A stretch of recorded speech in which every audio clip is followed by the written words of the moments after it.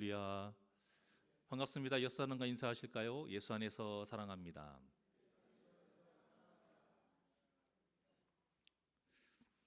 여러분은 막장 드라마 좋아하십니까? 참 말도 안 되는 것들이 많죠. 유명한 걸로는 김치로 따귀를 때린다든가. 보지는 않았지만 너무 이제 그런 장면들이 많이 나오니까 외국 사람들도 알더라고요. 그 말도 안 되는 과한 설정에 또 사람이 어떻게 저렇게까지 약할 수 있을까? 이런 생각이 들 정도로 주인공을 괴롭히고 그 약하고 착한 사람들을 참 악독하게 괴롭힙니다. 근데 그것을 꿋꿋이 견디다가 나중에는 아주 통쾌하게 복수를 해요. 근데 이런 전개가 등장인물, 이야기, 소재거리만 다를 뿐이지 똑같습니다. 근데 이런 막장 드라마를 외국 사람들도 참 좋아한다고 해요. 처음에는 이해를 못한대요. 그 이유를 물었더니 너무 억지스럽고 비현실적으로 보이고 답답하고 화가 나고 이것도 무슨 드라마냐 라는 생각이 들면서도 묘하게 궁금하고 또 한 번씩 자극적으로 나오는 모습에 놀라면서도 좀 그런 모습 매력을 느낀다고 해요. 그러다가 이제 주인공이 점점 성장하잖아요. 나중에 아주 통쾌하게 복수를 하는 상황이 오면 이제 그동안 쌓였던 그 묵었던 체증이 싹 씻겨 내려가는 그런 시원함과 쾌감을 느낀다고 합니다. 그런데 이게 중독성이 있다라는 거죠. 그러니까 또 다른 막장 드라마를 보게 되는데 항상 뭐 하면서 봐요? 욕을 하면서 보죠. 그렇게 외국 사람들도 좋아한다고 해요. 그런데 우리가 이런 드라마를 잘 보면 아무리 주인공이 복수를 한다 해도요, 굳이 꼭 저런 방식으로 저렇게까지 해야 될까? 이런 생각이 들 때가 참 많이 있습니다. 꼭 그 상황까지 몰아세우고 별 상관없는 사람들까지 또 피해가 가는 그런 복수를 굳이 해야 되는 걸까? 이런 생각이 들 때가 있어요. 그런 생각을 저만 갖는 게 아니고 많은 사람도 갖는데, 그런데도 이런 전개가 사라지지 않고 더 통쾌하고 더 잔인하게 더 똑같이 되갚아주는 이런 복수가 이루어지는 이유 중에 하나는 시청률 때문이죠. 이 마지막 복수를 할 때요, 좀 선하게, 좀 아름답게, 좀 따뜻하게 마무리를 하면 게시판이 난리가 난답니다. 이것도 드라마냐? 이런 식으로 할 거면 하지 말아라. 오히려 더 그것이 사람에게 더 좋은 영향을 끼치는 것인데도 그런 것에 대해서 너 더 악한 말을 한다라는 거예요. 그러니까 이런 상황을 보면 사람이 참 악하구나, 이런 것을 느낄 수가 있어요. 물론 이제 죄를 저지른 사람이 나쁘지만 너무 많은 죄를 저지르고 너무 악하게 죄를 지으니까 또 거기에 맞게 우리가 또 상처를 깊이 받으니까 분노하고 화가 나고 또 그렇게 되갚아주고 싶은 마음이 드는 것이죠. 하지만 그렇다고 똑같이 악한 모습으로 복수하는 길만 있는 것은 아닙니다. 다른 길도 많이 있어요.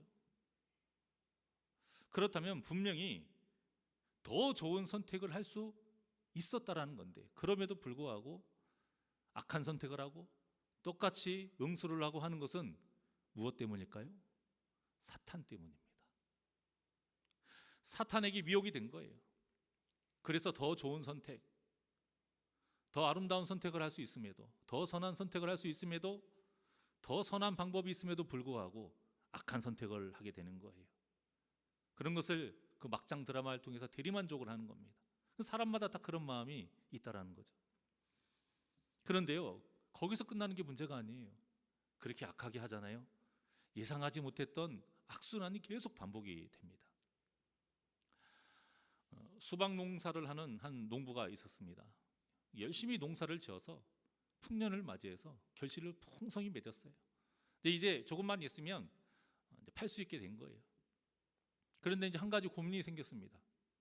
매일 밤마다 이 도둑이 찾아와 가지고 수박을 몇 개씩 따가는 거예요. 아무리 밤새도록 잘 지켜도 이 도둑이 수완이 얼마나 좋은지 계속 그 수박을 따갑니다. 그래서 이 농부가 고심고심 끝에 한 가지 방법을 생각하는데, 뭐냐면 수박 하나에, 자기는 알죠, 그 수박이 뭔지, 그 수박 하나에 주사기에 농약을 넣어가지고 수박 안에다가 주사를 놓습니다. 농약을 집어넣고는 경고문을 붙이는 거예요. 이 수박들 중에서 하나에 농약이 들어있으니까 먹다가 죽어도 절대 책임을 질 수 없다. 주인 100 하고 이렇게 경고문을 붙여놓은 거예요. 자, 그랬더니 다음 날부터 어떻게 됐을까요? 그렇죠. 수박을 훔쳐가질 않아요. 그대로 있는 거예요. 주인이 내가 정말 지혜롭구나. 너무 통쾌하다. 이런 생각으로 기분 좋아하고 있는데 일주일 뒤에 그 경고문 옆에 하나의 경고문이 딱 붙여 있습니다. 그 내용이 이래요. 이 밭에 있는 수박 중에서 2개가 농약이 들어있음. 하나는 주인이 넣은 것이고 다른 하나는 도둑이 넣었으니까 죽어도 절대 책임 안 지겠음. 도둑 100 이렇게 쏘는 거예요. 이 경고문을 본 주인이 어떻게 됐을까요? 경악을 금치 못한 것이죠. 여러분이 주인이라고 생각해 보십시오. 이거 내다 팔 수 있겠습니까? 이 내다 팔아서 누구라도 죽게 되면 다 주인이 이거 배상해야 되는 거예요. 그래서 할 수 없이 그 수박을 다 피겠다라는 거죠. 물론 도둑이 나쁩니다. 나쁘죠. 그 주인의 억울함을 누가 다 이해할 수 있겠어요?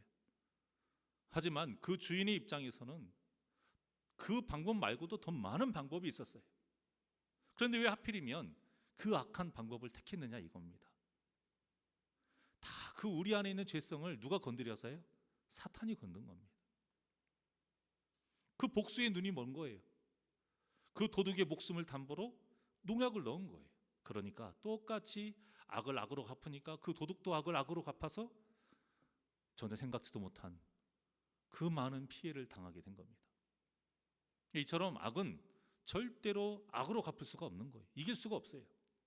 악을 악으로 이길 수 없습니다. 오직 악은 선으로 이길 수 있다는 것을 꼭 기억하시기를 바랍니다. 자, 오늘 다윗만 해도 여러 가지 선택이 있었어요. 그리고 자신을 따르는 모든 무리들이 원하는 방법이 있었고요. 세상 어떤 것보다도 통쾌하고 속 시원하게 복수할 수 있는 상황이 다 상이 차려져 있었습니다. 방법도 너무 쉬웠어요. 다윗이 움직일 필요도 없습니다. 그냥 고개만 딱 끄덕하면 돼요. 그러면 그 말했던 사람들이 자기들이 알아서 사울을 죽일 수 있었어요. 그럼에도 다윗은 선한 방법을 택했습니다. 이것은요, 다윗이 착해서가 아니에요. 다윗이 쑥맥이라서가 아니고 다윗이 모질지를 못해서가 아니에요. 다윗은 그저 하나님이 원하시는 방법이 무엇일까? 그걸 고민한 겁니다. 고민하고 하나님이 원하시는 방법을 깨달은 거예요. 그리고 그 깨달은 것을 선택했고 그것에 순종한 것뿐입니다. 여러분, 이것이 바로 믿음이에요. 내가 하나님을 믿는다 말하는 것이 믿음이 아니라 선하신 하나님께서 원하시는 뜻이 무엇인지를 항상 묻고 그것을 알았다라면 비록 내가 원했던 것은 아니고 정말 죽어도 하기 싫었던 거라 할지라도 내 뜻을 꺾고 하나님의 뜻대로 사는 것이 여러분 믿음인 겁니다. 결국 선으로 악을 이겨라. 오늘 본문의 제목은 믿음으로 악을 이겨라. 이것과 똑같은 거예요. 사무엘서가 하나님의 편에 선 자와 하나님을 떠난 자, 하나님을 경외하는 자와 하나님을 경외하지 않고 멸시하는 자, 이 두 세력의 대립구조로 이루어졌다라고 말씀을 드렸습니다. 그렇기 때문에 하나님 편에 선 자는 하나님의 뜻을 아는 것이 가장 중요해요. 그 뜻을 알았다면 순종하는 것이 우리가 이 사무엘서를 묵상하고 난 후에 얻어야 할, 또 삶으로 맺어야 할 열매입니다. 아, 그렇구나. 아, 이런 뜻이 있었네. 너무 멋지네. 하고 넘을 것이 아니고요. 내 삶에서 그 열매를 맺어야 하는 것이죠. 본문의 내용을 살펴보면 사울이 자신이 죽다가 살아난 상황을 전혀 알지를 못해요. 그런 걸 모르고 열심히 큰일을 시원하게 잘 보고 내 동굴을 나오게 됩니다. 자기 뒤에 자신이 그렇게 찾았던 다윗 그 무리들이 있는지도 몰랐고요. 자신을 죽이고자 하는 사람들과 다윗이 대립을 했는지도 몰랐어요. 다윗이 하나님의 뜻을 품고 가만히 자신의 옷다수를 베어가지고 뒤로 간 것도 몰랐어요. 이처럼 이 영적으로 어두워진 사람은 자기가 무슨 죄를 짓는지도 모르고요, 자기가 무슨 일을 당하는지도 아무것도 몰라요. 그냥 독불 장군같이 앞만 보고 가요. 그냥 자기 하고 싶은 대로만 하고 가는 거예요. 이때 사울은 뒷덜미가 서늘해지는 소리를 듣게 됩니다. 바로 누구의 소리를 들었어요? 다윗의 소리를 들은 거예요. 자, 그런데 이때 다윗이 했던 이 행동과 다윗의 말이 너무나도 귀합니다. 자, 오늘 본문 8절입니다. 다 같이 시작.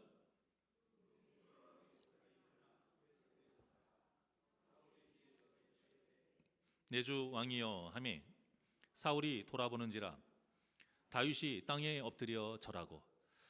자, 여러분 같으면, 여러분이 다윗 같으면 어떨 것 같습니까? 최소한 이렇게 말할 수 있지 않을까요? 야, 사울, 너 죽을 수 있는 거 내가 살린 거야? 이 정도 해도 누가 뭐라고 안 할 거예요. 그런데 다윗이 어떻게 했어요? 끝까지 사울을 왕으로 존중했고요, 그 질서를 지켰습니다. 사울을 부를 때에도 내 주 왕이여 라고 불렀어요. 뒤돌아 자신을 보는 사울을 향해서 신하로서 엎드려 절했습니다. 여러분, 저는 이 아름다운 모습이 우리 새날교회에 정말로 모두에게 펼쳐지기를 원합니다. 전에도 말씀드렸지만 이런 이 사건을 통해서 잘못을 저지른 어떤 목사를 대변하고 보호하는 어떤 보호장치로 잘못 전하기도 했었어요. 하지만 우리가 여기서 잊지 말아야 될 건, 목사가 성도에게 됐든 성도가 목사에게 됐든 성도가 성도에게 됐든, 여러분, 어떤 일이 있어도, 아무리 기분 상한 일이 있어도, 억울한 일이 있어도 지킬 것은 지켜야 된다는 겁니다. 모두가 다 하나님이 예수님의 피값으로 구원시킨 존귀한 영혼이에요. 목사라서가 아니에요, 여러분. 중직자라서가 아니에요. 그거 상관없이 우리 모두가 다 똑같이 예수님의 피값을 받은 귀한 영혼입니다. 내 좀 억울하다고? 나한테 좀 함부로 했다고? 이제는 내가 좀 할만하다고? 함부로 말하고 또 고개를 뻣뻣이 드는 것이, 물론 그만큼 당한 게 있으니까, 억울한 게 있으니까 이해는 갑니다. 이해는 갑니다만 우리가 그것을 잃어버리면 안 돼요. 내 주 왕이요, 이 엎드리고 절하는 이 모습을 우리가 잃어버리면 안 돼요. 꼭 성도가 목사한테 이래야 된다, 이 뜻이 아닙니다. 사울도 다윗에게 이렇게 했어야 돼요. 우리가 그것을 봐야 돼요. 그러니까 우리 교회는 문제가 없을 수 없어요.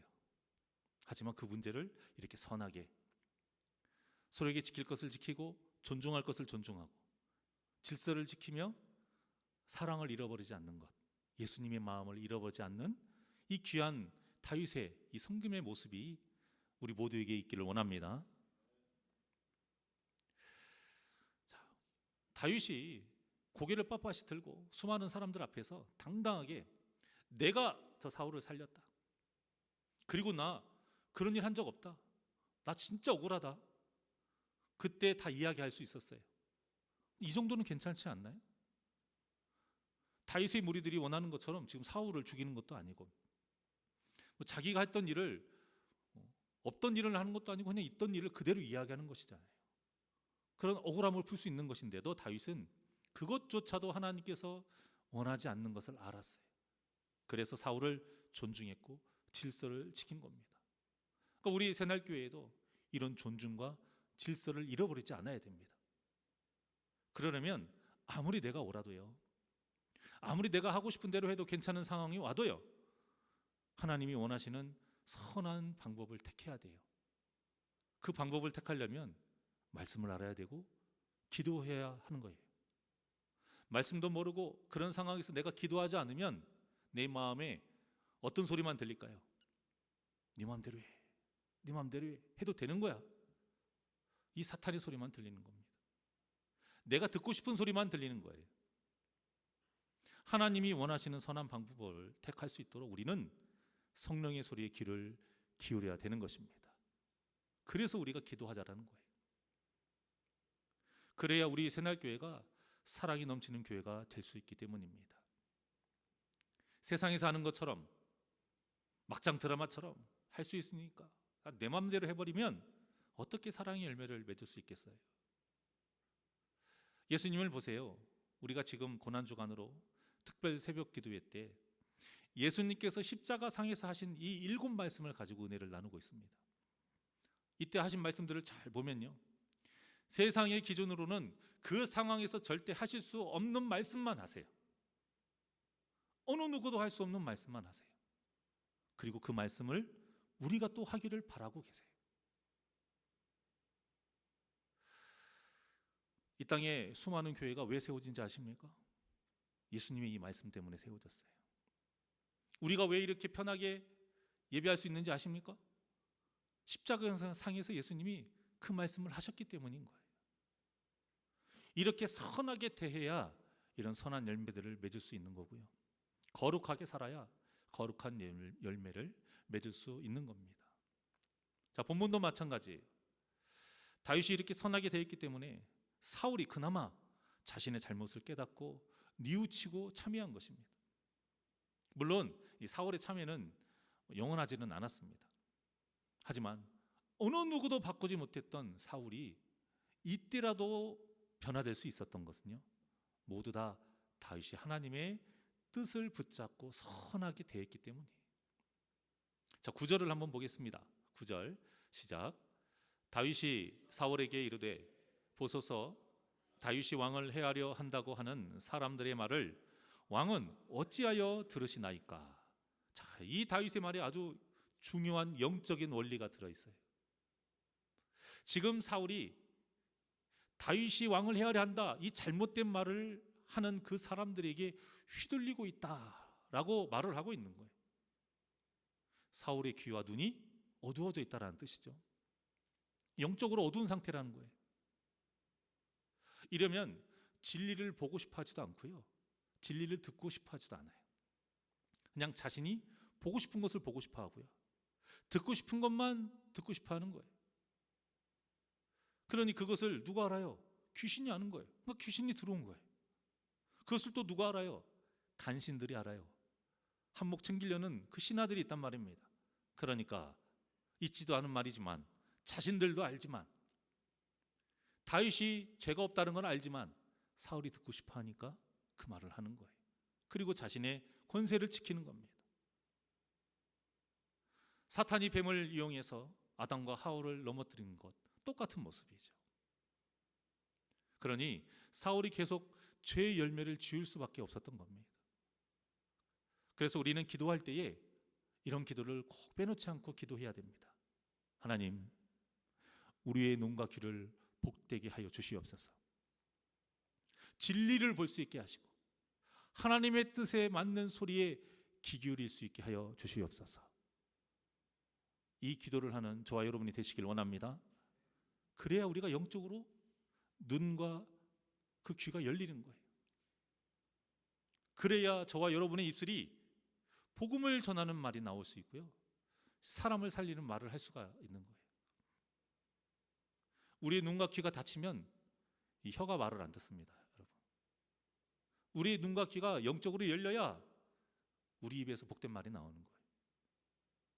그러니까 우리가 이런 일들을 영적으로 바라보게 되면, 아이, 저 사람 왜 그래? 안 그랬는데 왜 그래? 나쁜 사람이야. 이렇게 하고 끝날 일이 아닙니다. 여러분, 그렇게 되면 그 사람을 정죄하고 미워하게 돼요. 왜? 나쁜 사람이니까, 악한 사람이니까. 그런데 우리가 영적으로 보면 어떻게 돼요? 아, 지금 영적인 상태가 어두운가 봐. 그러니까 아무래도 잘못된 말에 귀를 기울이니 저렇게 말이 나오는 것이겠지. 우리가 그렇게 받아들이게 되면 비록 속상하지만, 억울하긴 하지만 우리가 뭐 할 수 있게 됩니까? 그 영혼을 위해서 기도할 수 있게 되는 거예요. 하나님, 안 그래요. 저분이 원래 저런 분이 아니에요. 믿음이 있을 때 그 모습을 제가 알아요. 지금 영적으로 어두워져서 그래요. 하나님, 다시 영적으로 밝게 눈을 뜰 수 있도록, 귀가 열릴 수 있도록 도와주십시오. 이 기도를 할 수 있는 겁니다. 이것이 영적으로 바라보고 영적으로 생각하는 거예요. 다른 것이 아니에요. 무슨 신비롭게 뭐가 어쩌고, 그게 영적인 것이 아닙니다. 뜬구름 잡는 이야기가 아니에요. 영적인 것은 실제예요. 여러분, 실제. 중국에 노자라는 유명한 학자가 있습니다. 이 노자의 스승이 임종을 하는 순간이 왔어서 노자가 스승님, 마지막으로 저에게 가르침을 하나 주십시오, 이렇게 부탁을 했어요. 그러자 스승이 노자를 한참을 바라보다가 자신의 입을 딱 벌려요. 이렇게 벌리고 노자에게 보여줬습니다. 보여주면서 물어요. 내 입안에 무엇이 보이느냐 하고 물었어요. 그랬더니 노자가 혀가 보입니다. 이는 보이느냐? 이렇게 또 다시 노자 스승이 물으니까 그 스승의 치아가 이미 다 빠지고 남아있지 않았거든요. 그래서 노자는 안 보입니다, 이렇게 대답을 합니다. 그러자 스승이 다시 물었습니다. 이는 다 빠지고 없는데 혀는 남아있는 이유를 아느냐?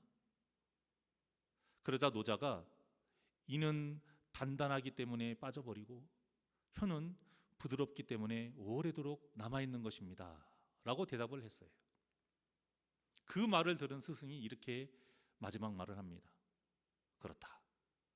부드러움이 단단함을 이긴다는 이 원리가 세상 사는 지혜의 전부니라.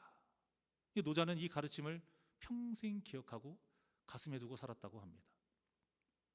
사랑하는 여러분, 다윗이 사울에게 부드러운 복된 말을 하고 아름다운 행동을 할 수 있었던 이유는 단 하나입니다. 하나님의 선하신 뜻을 알았기 때문이에요. 그리고 그 뜻을 선택했기 때문이에요.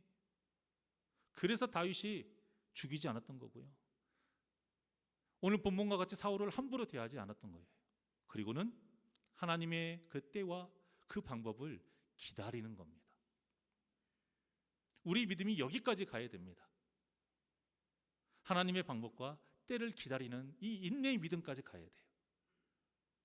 그러면서 자신이 사울을 죽이지 않은 이유를 다윗이 말합니다. 우리 10절과 11절의 말씀입니다. 다 같이 한 목소리로 시작. 오늘 여호와께서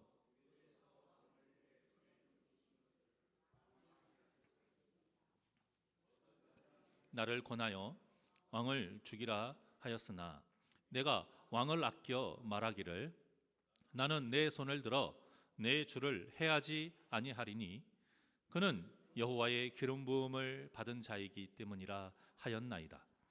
내 아버지여 보소서, 내 손에 있는 왕의 옷자락을 보소서.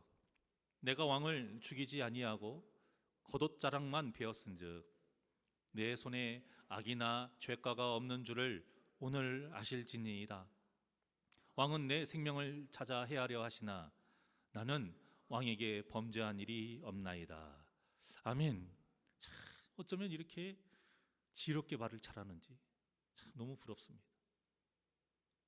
똑같은 말을 해도 이렇게 예쁘게 지혜롭게 말을 하시는 분들이 있어요. 다윗은 모든 것이 내가 착하고 잘나서가 아니다. 사울이 하나님이 기름 부어주신 왕이고 아직도 자신은 사울을 사랑하기 때문입니다. 이렇게 말을 해요. 이런 말에 마음이 풀어지지 않을 사람이 누가 있겠습니까? 그리고 풀어지지 않아도 괜찮아요. 이 정도 말할 정도의 믿음이 있다라면 여러분, 풀어지지 않아도 그걸로 그렇게 속상해 하잖아요. 물론 좀 속상할 수는 있겠죠. 좀 왜 그럴까 하는 마음이 있을 수도 있겠죠. 그래도 악하게 갚아서 같은 부류가 되지 않은 것이 얼마나 큰 은혜입니까? 그리고 무엇보다도요, 선으로 대하게 되면 언젠가는 그 선한 열매를 맺게 되어 있습니다. 물론 당대에 맺지 않을 수도 있어요. 우리가 살다 보면 사람 사이에서 얼마나 많은 오해와 다툼과 문제가 일어납니까? 교회도 예외가 아닙니다. 어쩌면 교회에서, 사회에서는 일어나지 않은 그 문제와 오해가 교회이기 때문에 더 많이 생기는 경우도 많이 있습니다. 근데 그럴 때마다 모두 그 자리에서 해결할 수 있나요? 여러분들 신앙생활 대부분 20년, 30년, 40년 이상들 하셨잖아요. 지금까지 얼마나 많은 문제와 오해, 다툼, 상처 있으십니까? 그런데 그거 다 해결된 거 있나요? 대부분이 해결이 안 됐어요. 그러면서 뭐라고 하시냐면 잊어버렸어요. 참 너무 감사한 것이 하나님이 잊어버리는 은혜를 주시네요. 하나님이 이 모양 저 모양으로 다 그런 것들을 해결해 주세요. 그러니까 아무리 선하게 대하고 지혜롭게 말한다 해도 바로 해결 못할 때가 부지기수예요. 그럼에도 우리가 선으로 악을 이겨야 하는 이유는 주님 다시 오시는 그날에 의로우신 재판장이신 우리의 하나님께서 다 밝혀주시기 때문입니다. 이것을 믿으시길 바랍니다. 다윗이 딱 이런 믿음이었어요. 그러니까 우리 성도님들도 이야기하시다 보면 결국에는 결론이 뭐냐면 하나님은 아시니까요. 여러분, 이것은 뭐 자조적인 이야기가 아니고 어쩔 수 없다 그런 이야기가 아니잖아요. 엄청난 믿음의 말씀입니다. 하나님만 아시면 되죠. 지금 안 풀려도 상관없다라는 거예요. 하나님의 때에 뭐 이 생에 내 생명 버텼을 때 이것이 사라지지 않아도 풀리지 않아도 하나님의 심판 때에서 하나님이 다 인정해 주시고 위로해 주실 거라는 거죠. 그러니까 믿음이 아니면 이런 말도 할 수 없는 겁니다. 다윗이 딱 이런 마음이니까 뭐라고 말했냐면 12절과 15절의 말씀입니다. 다 같이 시작. 여호와께서는 나와 왕 사이를 판단하사 여호와께서 나를 위하여 왕에게 보복하시려니와 내 손으로는 왕을 해하지 않겠나이다. 그런즉 여호와께서 재판장이 되어 나와 왕 사이에 심판하사 나의 사정을 살펴 억울함을 풀어주시고 나를 왕의 손에서 건지시기를 원하나이다 하니라. 아멘. 사랑하는 여러분, 혹시 다른 성도나 가족에게 상처받아서 너무 아프고 괴로우신 분이 계십니까? 혹시 오해를 받아서 너무 억울하고 분해서 잠도 못 주무시는 분이 계십니까? 그렇다면 하나님께 기도하십시오. 이때 분명히 사탄이 여러분을 유혹하려고 달려듭니다. 그냥 한두 번 찌르고 찌르고 마는 것이 아니라요. 우는 사자와 같이 우리를 집어 삼켜 먹으려고 달려드는 거예요. 그때 그 유혹에 넘어가지 않으려면 빨리 기도하셔야 돼요. 다윗의 이 말을 기억하셔서 모든 판단과 보복을 누구에게 맡겨야 될까요? 하나님께 맡기는 기도를 해야 됩니다. 그렇게 기도를 해야 이 다윗의 행동들을 우리가 할 수 있는 거예요. 자신도 나도 다윗처럼 하나님의 뜻을 선택해서 선으로 악을 이길 수 있도록 도와주십시오. 이런 기도를 해야 우리가 승리할 수 있는 것입니다. 나는 착하니까, 나는 워낙 사람들을 미워하지 않으니까, 여러분 그걸로 되지 않습니다. 믿음이 없으면, 사탄에게 넘어가면 다 소용없습니다. 우리가 이렇게 믿음의 기도를 하며 몸부림칠 때에 선하신 우리 하나님께서 반드시 그 기도에 응답하여 주실 줄 믿습니다. 본문에 보면 다윗의 이 선한 모습에 사울이 감동을 받아요. 그리고 자신의 죄를 깨닫고 눈물을 펑펑 흘리면서 뉘우칩니다.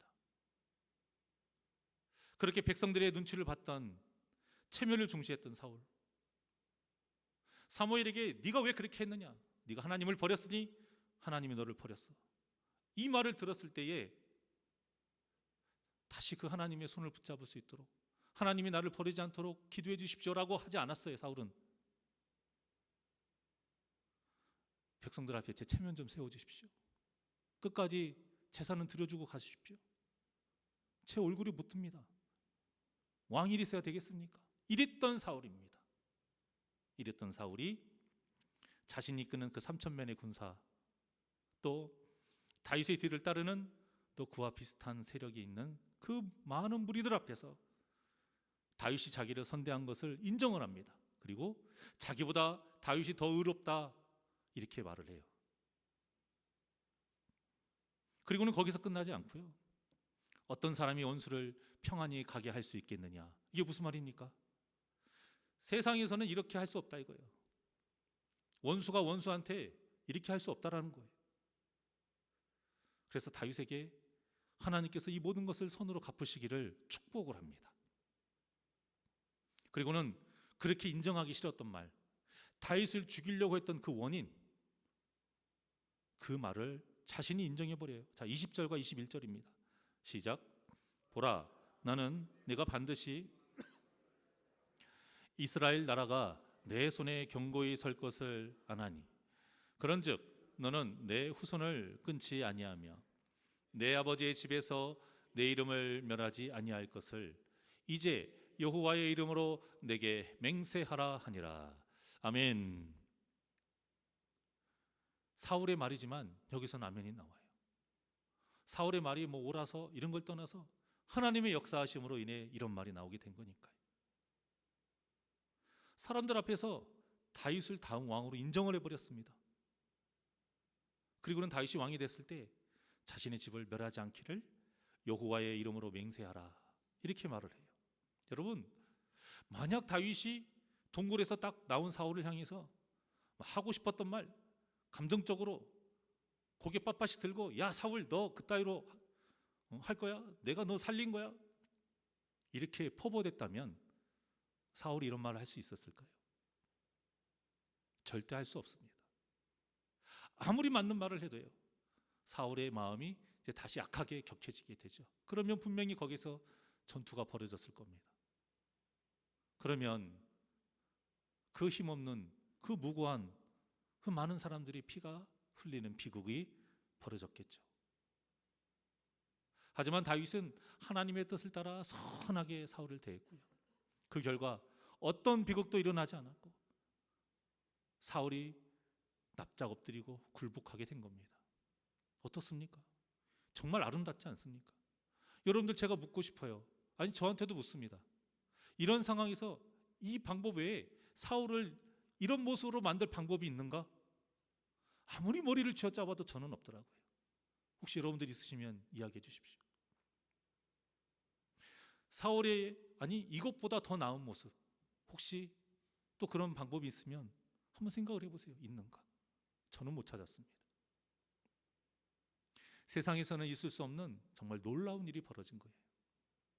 이렇게 아름답고 놀라운 일이 우리 새날교회에도 일어나기를 원합니다. 모든 교회에서 하나님의 일을 하다가 상처받는 사람들이 생겨납니다. 의도했든 의도하지 않았든 이런 불미스러운 일은 어디에나 일어납니다. 여러분, 중요한 것은, 아니 교회에서 어떻게 이런 일이 생길 수 있느냐, 이것이 아니에요. 제발 여기에서 벗어났으면 좋겠습니다. 거기에 사로잡히면, 이 질문이 내 안에 있으면 여러분, 이 다윗과 같은 모습 우리 할 수 없고요, 이 사울과 같은 열매 맺어줄 수 없어요. 교회에서 왜 이런 일이 생기느냐, 이것이 중요한 게 아니고요, 이런 일이 생겼을 때에 세상과 똑같이 해결하지 않고 하나님의 뜻대로 선하게 해결할 수 있느냐, 그런 믿음이 우리에게 있느냐, 그런 믿음의 훈련이 지금 우리가 되어 있느냐, 이것이 중요합니다. 다윗과 같은 이런 선한 믿음이 우리에게 있느냐는 거예요. 지금 더욱 특별하게 우리가 절제하면서 세상의 오락과 쾌락을 멀리하고 더 주님 앞에 기도하는 이 고난 주간에 그 특별한 의미를 우리가 알고 예수님처럼 이해해주고 사랑하고 기도하는 그 아름다운 믿음의 모습이 지금 우리에게 있느냐, 여러분, 이것이 중요한 겁니다.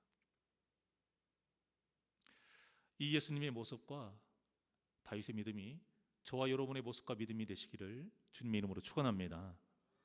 그래서 불미스러운 일이 없어서 새날교회가 좋은 교회로 인정받는 것이 아니라,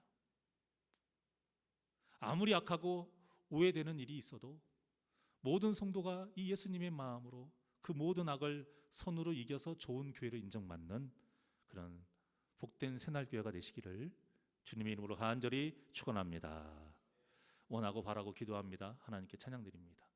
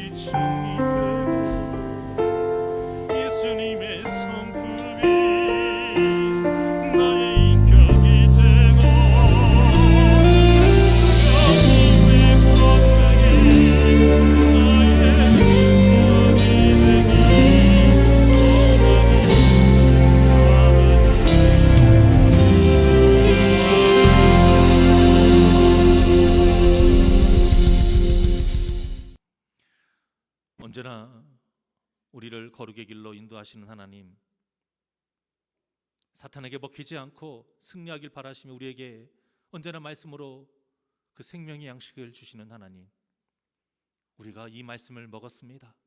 먹었다면 그 말씀의 열매 맺게 하여 주시옵소서. 승리의 열매 맺게 하여 주시옵시고, 이해할 수 있는 열매 맺게 하여 주시옵시고, 어떤 악에도 선하게 그 선으로 행함으로 이길 수 있는 그 복된 거룩한 승리의 역사 누리게 하여 주시옵소서. 믿음이 없으면 다 할 수 있는 것들입니다. 악하게 할 수 있고 똑같이 되받아칠 수 있습니다. 성질이 없어서가 아니에요. 몰라서가 아닙니다. 다윗과 같은 믿음이 있기 때문에 우리는 세상 사람과 다르게 행할 수 있음을 믿습니다.